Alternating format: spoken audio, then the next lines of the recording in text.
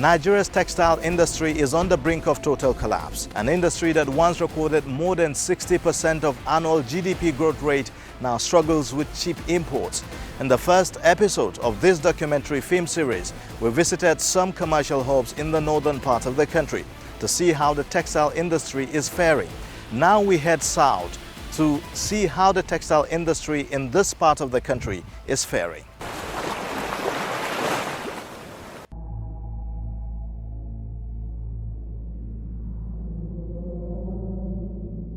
Lagos, a city and home to an estimated 14.3 million people in southwest Nigeria, is one of the commercial hubs bustling with activities.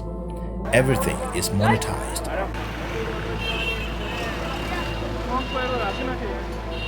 Located across the Atlantic on the Lagos Island is Balogun Market, known to be one of the largest textile markets on the continent. Truckloads of textile fabrics are offloaded here daily.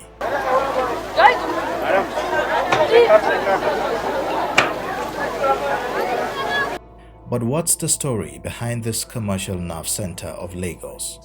This 160 years old palace is one of the oldest buildings on the Lagos Island. It was built by the British for the 13th Oba of Lagos, King Kosoko, who reigned between 1845 and 1851, to persuade him to return from exile. He was believed to be the custodian of the deity of commerce and wealth known as Aje behind the Eriku Market, now commonly referred to as Balogun Market.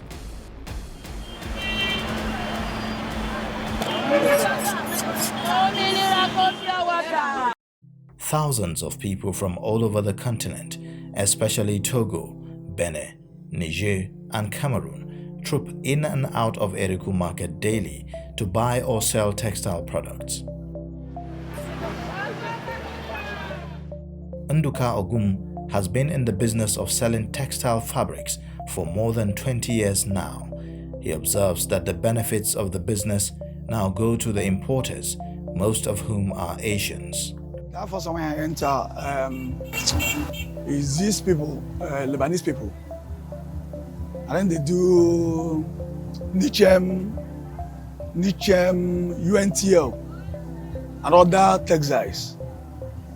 But there is, you get the time where these people can't enter, China people.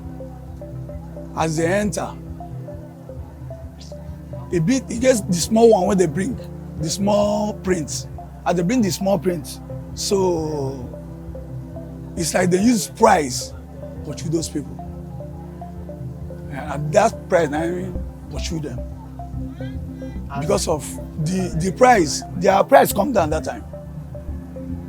So even as these people, they bring their own material, those ones, those small ones.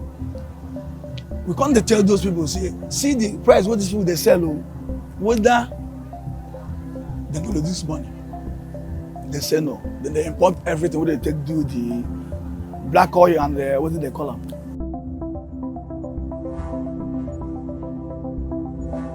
Legally or illegally imported, more than 85% of fabrics here come from China and other Asian countries. But how do these products end up in Nigerian markets? While a lesser percentage of the import comes through the seaports, a higher percentage of the imported textile fabrics are smuggled in through the neighboring land borders of Benin, Niger, and Chad.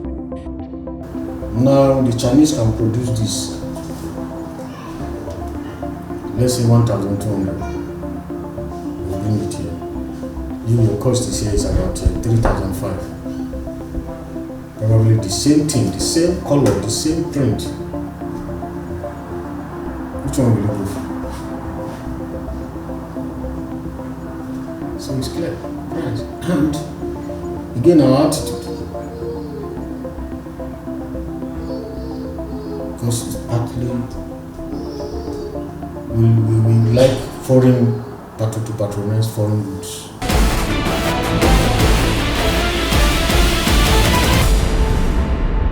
Eurotex, second-hand clothing sorting and wholesale. This video advert shows a Bulgarian-based company that specializes in the sorting and packaging of second-hand clothing for exporting to Africa, Asia, and other destinations. The government of Nigeria has prohibited the importation of second-hand clothing, but Okrika, as it is commonly known, still floods the Nigerian markets. Victor Obinna earns his living buying and selling second-hand clothing, mostly illegally imported from Europe and America. I do go Cotonou. I have importers that stays over there. If they bring it, if they do offload over there, I go and bring it down here. Sometimes I have crossers that cross it down here to me. Those are the guys I pay them over there. They will cross it for me because of disturbance of customs on the way. If I come down here, they will cross it down here for me. I'll go and pick it.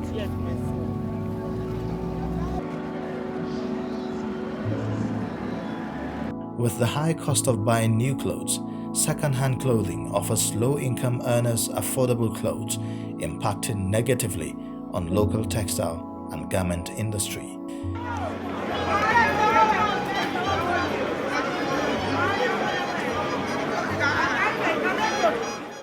This is Niwa Jetty on the Lagos Island. Across, you would see Apapa Port just over there. From this point, you could travel to as far as Ghana and indeed other parts of the world. Porto Novo is just right across in Benin Republic. We're about to embark on a trip to Badagry and further proceeding to Seme border, where we'll have a sense of what happens in a typical Nigerian border.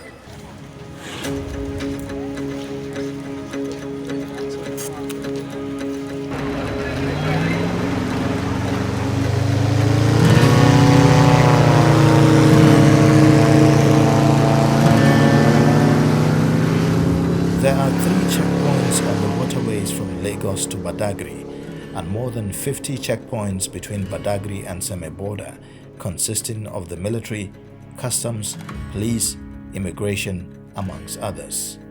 Despite the announcement of reopening the Seme border by the President of Nigeria, Muhammadu Buhari, on the 16th of December 2020, the border remains closed. But that is not stopping smuggling from taking place both on approved and unapproved routes.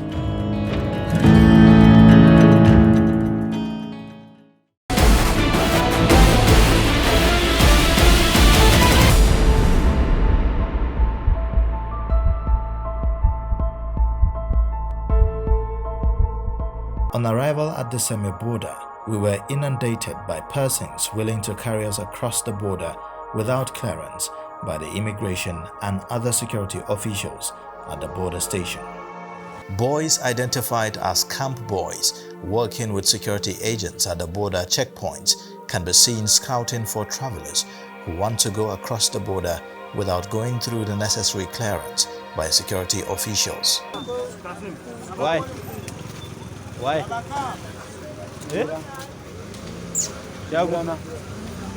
One of the commercial motorcycle riders claims he works for a soldier.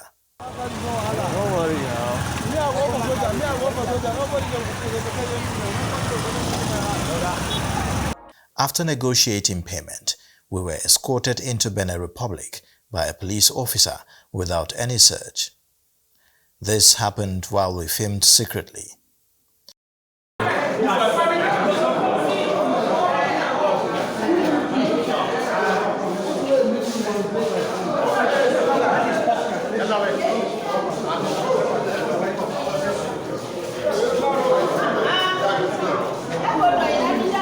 Based on the allegation of soldiers' involvement in abating smugglers at the Seme border, we reached out to the Nigerian Army headquarters for its reaction.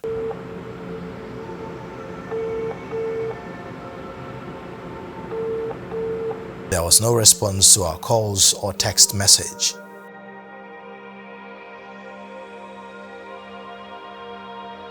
Benin Republic is one of Nigeria's neighbors in the west. It is approximately 4 to 5 hours journey by road. While there are no vehicles crossing in and out of the border station, we noticed many women carrying luggage covered with cloth passing through the border post. They were not the only ones conveying these goods across the border unchecked. We were told some of these are banned items being smuggled, including Nigeria's subsidized fuel to be sold at 1,000 CFA per litre. This is more than 800 higher than the official price of a litre in Nigeria. Our investigation revealed that the movement of large goods take place when it's dark, as the cameras are on surveillance during the daytime.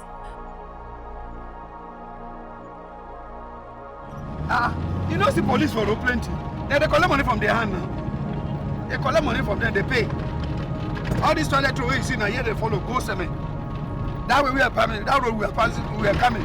They follow, you go see them, carry them, go up, they pay money. They will pay custom, pay everybody. Go. 100 naira, 250 naira, so then they pay for checking point. And they pay. So they don't have the drinks now, go smuggle all of them enter? Yes, what that? Enter. Car they enter now. Like truck. Huh? Like truck. If you carry you want pass. You go pass. Yeah. But towards evening. Okay. Anything So like that's that. why all those towards trucks were evening. standing there waiting till evening? Evening, yes. Evening time when they are from 6, 7, 8. Okay. From 6 down. Truck will go, everything will go. So from 6 upwards, when the truck go pass, but they go pay. But they go allow them pass. But why they no pay? Why they no fit pass in the morning, in the afternoon? Daytime, like for camera. That's where they go now. As they go, you don't know that they looking.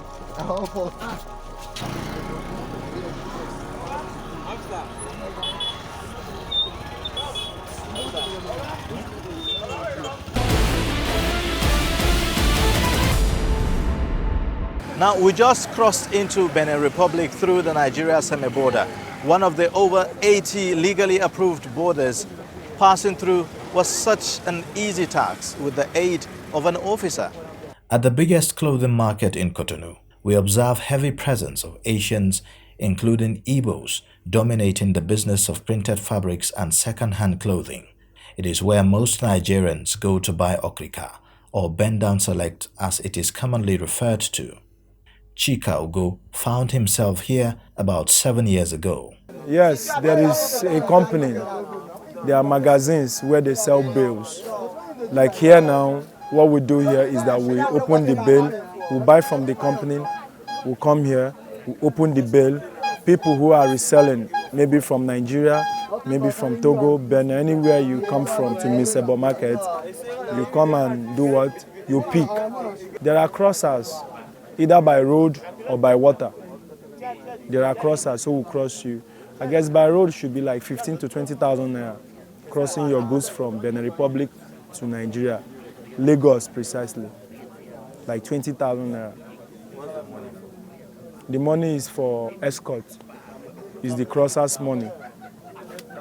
It's the crosser that will settle the customs on the road. You know, they are from example now, in semi-border now, before you get to Badagry, there are so many customs on the road. So when you are passing towards that road, it is the work of that your crosser to cross, to settle the immigrations and the custom officers on the road until you get to your destination, Iyanoba or Maitu. So who are these crossers and how do they operate? Our conversation with some of the commercial motorcycle riders gives us a hint. Soja ko migration. Escort. Escort. Wanda zai biyo bayan mu. Wanda zai shiga gaba ko kuma wanda zai shiga gaba ko ya biyo bayan su. Duk inda kun ka to sai dai ku wuce kawai. Ba ta daga ya aje ku nan bawo nan wajen wasu iron gate soja. Sai ya dawo wata. Sai ya dawo. Kuma sai mu kai ya sallame mu su. isa yanzu kaga in an ce kai zaka biya hanya zan dauke ka dubu da. Jadda an ga hanyar nan yayi gate 15. Ko ne gate ka aje mai 500 naira. Police 500 naira, migration 500 naira, fortis 500 naira, gahi warranty 500 naira, sannan NDA 500 naira, sannan villager 200 naira. Bakali sai. With the high level of security presence at the border, how do these crossers get by?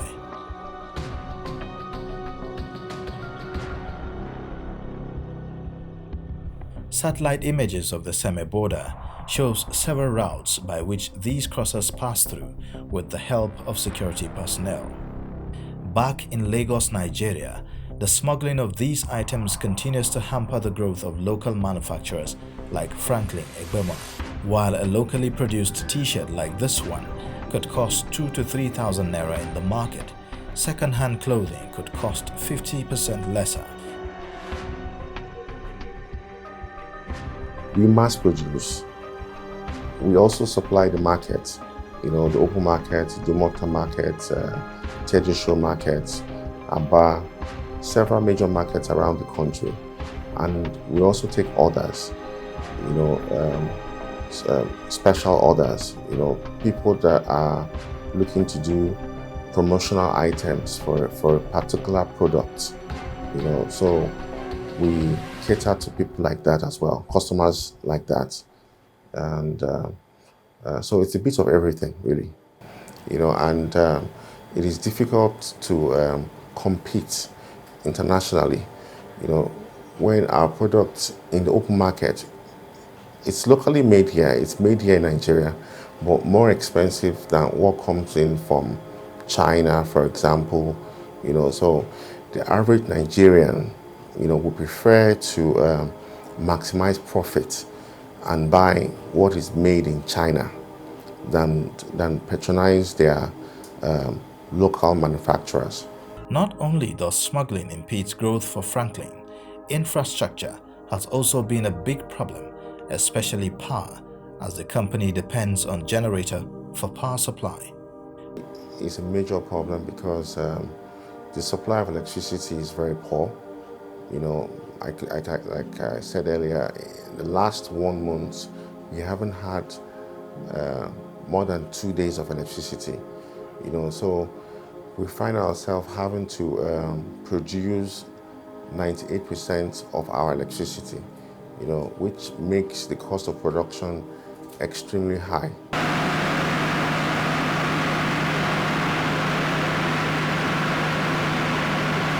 On our way to the factory, we experience firsthand what suppliers go through to deliver goods to the company.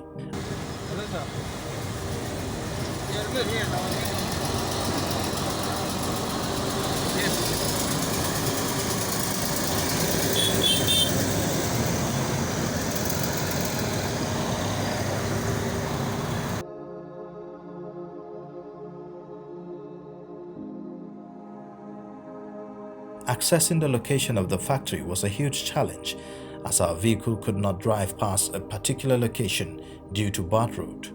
Efforts by private entities to fix the roads has been allegedly frustrated by local authorities. Our sources say the sum of 50 million naira was demanded from one of such volunteers to secure approval to fix the road. We have been dealing with this problem for a long time. The roads here are very bad. It's usually very dangerous moving large goods in and out of this environment. So sometimes it's a very huge task, and it affects us in very bad ways. For example, customers getting here is a problem, most of them are they are afraid because of the traffic, the road. Yourself, you witness this firsthand. So it's something that really affects our operation here. Under the prevailing circumstance of the local textile industry, competition remains a huge challenge, leading to loss of revenue and unemployment.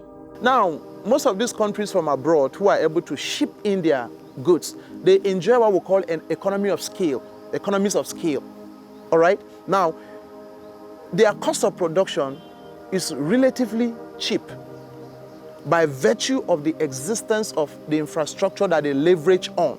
So they're able to produce these goods and they are able to bring it here at a very, very cheap rate.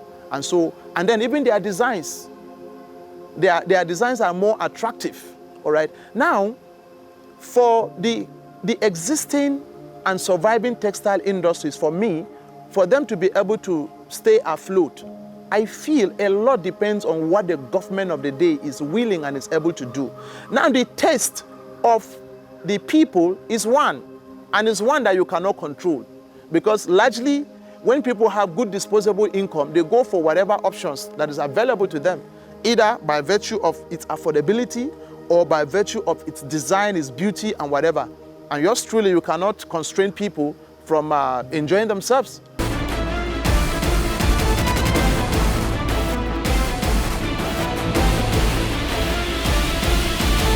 What is the Nigerian government doing to revive the Nigerian textile industry? Find out on the next episode of Reviving Textile in Nigeria.